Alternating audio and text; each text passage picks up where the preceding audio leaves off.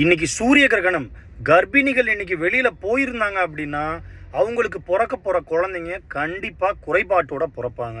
வீட்டுக்குள்ள இருந்துக்கிட்டு துணியை கிழிச்சு இருந்தா கூட, இல்ல காய்கறியை வெட்டி இருந்தா கூட பிறக்க போற குழந்தைங்க உதட்டுல பிளவோட பிறப்பாங்க.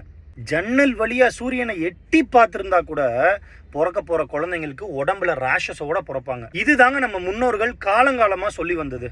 ஏன்னா அவங்க என்ன நினைச்சாங்க அப்படின்னா, இன்னைக்கு சூரியன்ல இருந்து ஆபத்தான கதிர்கள் பூமியை அடையும், அதனால இந்த பிரச்சனைலாம் வரும்னு சொன்னாங்க.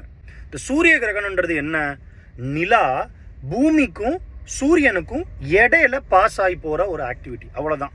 ஸோ இந்த ஈவெண்ட் நடக்கிறப்ப ஸ்பெஷலாக சூரியன் ஏதாவது கதிர்களை பூமியை நோக்கி விடுமா? அப்படிலாம் கிடையாது.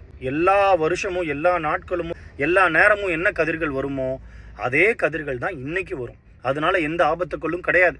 அதனால தாராளமாக கர்ப்பிணிகள் வெளியில போகலாம், குழந்தைங்க வெளியில போகலாம், எந்த பிரச்சனையும் இல்லை. இதெல்லாம் முன்னாடி நம்பணும், இப்பெல்லாம் யாரும் நம்புறது இல்லை அப்படின்னு சொல்லாதீங்க. நல்ல படித்தவங்களும் அறிவியல் தெரிஞ்சவங்களும் இன்ன வரைக்கும் இதை நம்பிட்டு தான் இருக்காங்க.